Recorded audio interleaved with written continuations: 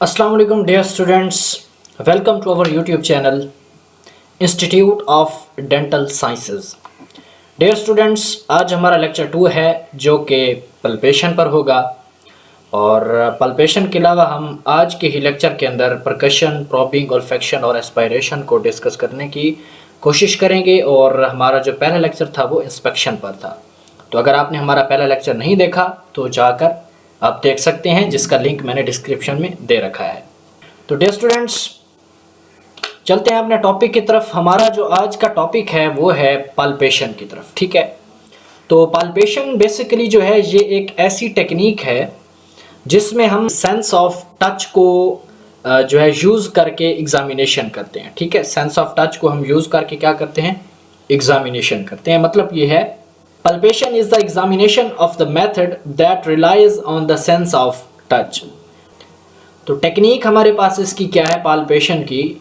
The method of palpation is applied depending upon the area to be examined। इसमें यह होता है कि हम पाल्पेशन जो है एरिया के मुताबिक करते हैं। जिस एरिया की हम एग्जामिनेशन कर रहे होते हैं हम उसी एरिया के मुताबिक उसकी क्या करते हैं, जो है टेक्निक इस्तेमाल करते हैं। तो हमारे पास एरिया के लिहाज से 3 टेक्निक्स आती हैं जिसको हम आगे जाके जो है डिस्कस कर रहे हैं। हमारे पास जो पहले नंबर पे आती है वो है बाई मैनुअल। बाई मैनुअल का मतलब ये होता है कि हम इसमें जो है दोनों हाथों से काम करते हैं। ठीक है, हम क्या करते हैं, दोनों हाथों से, इस पर दोनों हाथों का इस्तेमाल किया जाता है और उसके थ्रू जो है हम एग्जामिनेशन करते हैं। It is the manipulation of the tissues. ये जो है टिश्यूज़ को जो है ना मैनिपुलेट करने का एक प्रोसेस होता है जिसमें यूजिंग 2 हैंड, जिसमें दोनों हाथों का इस्तेमाल किया जाता है।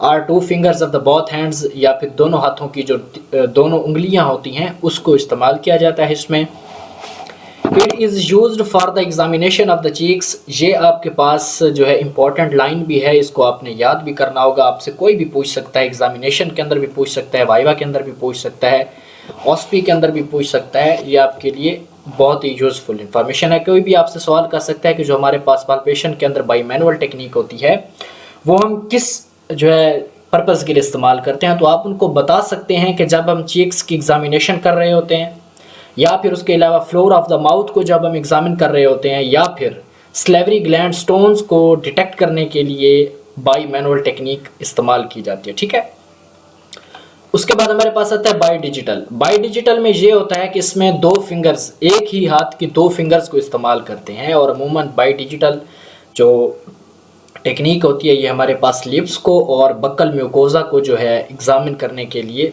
इस्तेमाल की जाती है। फिर उसके बाद हमारे पास आता है बाईलेटरल। बाईलेटरल का मतलब होता है दोनों तरफ से।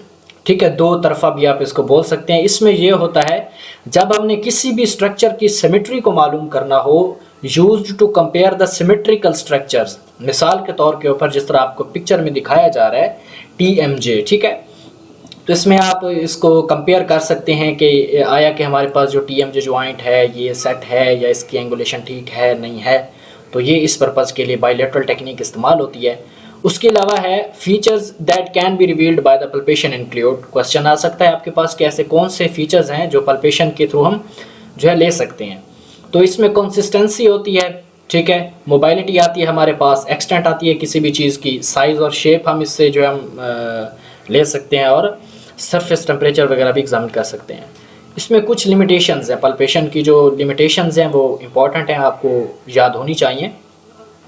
तो पाल्पेशन को जो है हमने जो पीछे 3 एरिया पढ़े हैं उस तक ही महदूद रखा जाता है। इसके अलावा क्योंकि वजह यह है कि इसमें लिमिटेड इन्फॉर्मेशन होती है, और जब स्पेसिफिक एरियाज़ के अंदर आपको स्वेलिंग या पेन हो तो उस वक्त इस टेक्निक को परफॉर्म करना थोड़ा मुश्किल हो जाता है। तो ये इसकी 2 लिमिटेशंस थी।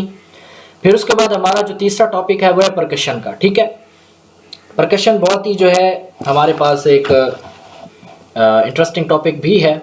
परकशन ये होता है, इसमें जो है हम किसी चीज़ को ठोकर लगा कर ना उसकी नोयत को चेक करते हैं।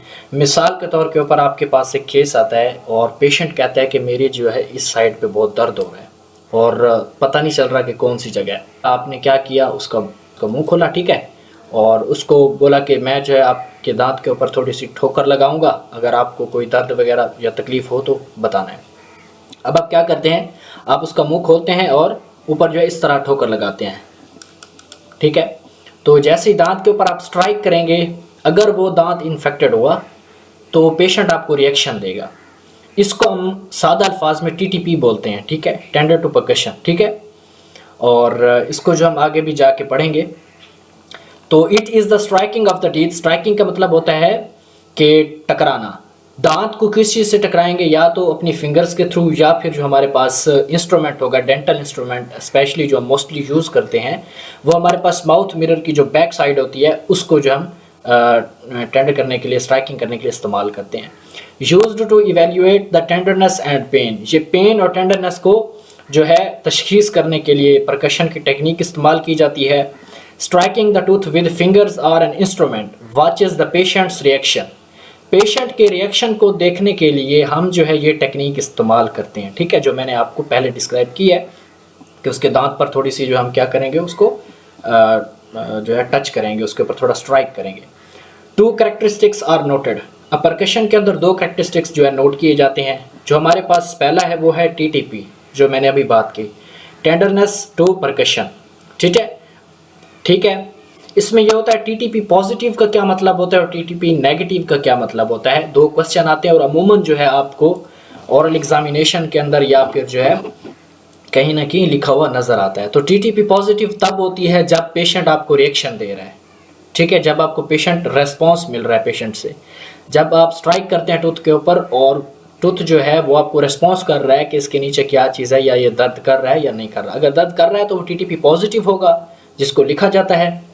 और जो टीटीपी नेगेटिव होता है उसमें रिस्पॉन्स नहीं होता, मतलब नॉर्मल एक कंडीशन होती है, तो उसको हम जो है नहीं लिखते अमूमन। तो इसमें जो है दूसरे नंबर पे क्या आता है, टूथ मूवमेंट आता है। फिर हमारे पास ये जिस तरह आपको नज़र आ रहा होगा, ठीक है, ये परकशन किस तरह से होती है। इसमें जो है हम जो है स्ट्राइकिंग करते हैं। Greater tenderness to percussion in an apical direction. अगर एपिकल डायरेक्शन के अंदर आपको ग्रेट टेंडरनेस नज़र आ रही है, ये आपको ये सुजेस्ट करेगी कि आपको एपिकल पेरियोडोंटाइटिस है। फिर उसके बाद हमारे पास आता है प्रोबिंग। बहुत ये भी बड़ा अच्छा मज़े का टॉपिक है। प्रोबिंग बेसिकली क्या है? प्रोबिंग को अगर हम सादा ज़ुबान में कहें तो इसका मतलब ये है कि ज़ख़म वग़ैरह की गहराई को नापने के लिए जो हम तरीका इस्तेमाल करते हैं ना, या जो अमूमन हमारे पास कैविटी बन जाती है, तो उसको डिटरमाइन करने के लिए जो हम तरीका इस्तेमाल करते हैं उसको बोला जाता है प्रोबिंग का, ठीक है। तो probing is used to identify और determine the extent of a cavity. Extent का मतलब होता है फैलाव, ठीक है, कि कैविटी कहाँ तक फैली हुई है, कितने तक फैली हुई है। द डेंटल प्रोब में भी, डेंटल प्रोब हमारे पास जो है बहुत सारे टाइप्स के हो सकते हैं। यहाँ पे हमने 2 डिस्कस किए हैं। एक होता है एक्सप्लोरर, जिसके जो एंडेड होते हैं बहुत ही शार्प होते हैं, तेज़ होते हैं, कर्व्ड या फिर एंगुलेशन होते हैं। और दूसरा हमारे पास जो होता है वो होता है periodontal graduated probe with blunt and, ठीक है। जिस तरह ये आपको पिक्चर में नज़र आ रहे होंगे, ये हमारे पास मुख्तलिफ़ किस्म के जो है इसकी टाइप्स भी हैं और इसको नीचे डिस्क्राइब भी किया गया है। और उसके बाद हमारे पास आता है ओल्फेक्शन। ओल्फेक्शन का मतलब ये होता है कि स्मेल के थ्रू जो है हम बता सकते हैं कि इसको इस वक्त क्या जो है मसला पेश आ रहा है। The sense of smell occasionally contributes to the diagnostic information as fetid. Smell जो होती है बदबूदार, हमारे पास जो हवा मुंह से आती है बैक्टीरियल इन्फेक्शन की वजह से, जब आपको एक्यूट नेक्रोटाइजिंग अल्सरेटिव जिंजावाइटिस हो, ठीक है। उसके अलावा जो है गार्लिक या फिर बैड स्मेल आती है, बैड ऑर्डर आती है क्रोनिक पेरियोडोंटाइटिस के अंदर। एसीटोन ऑर्डर आती है आपके पास डायबिटीज़ के अंदर। और जब रेनल फेलियर हो जाए तो उस वक्त यूराइन स्मेल आती है, ठीक है।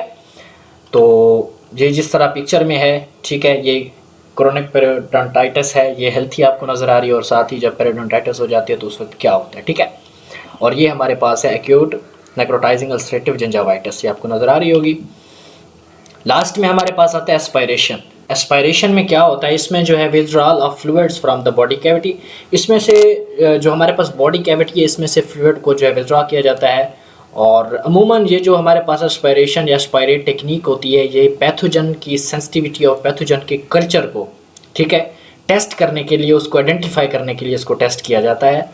और ये था हमारा क्लिनिकल एग्जामिनेशन का टॉपिक। और उम्मीद करता हूँ आपको ये लेक्चर अच्छी तरीके से समझ आया होगा। इंशाअल्लाह मिलते हैं अपनी नेक्स्ट वीडियो में नेक्स्ट लेक्चर के साथ। तब तक के लिए अल्लाह निगहबान।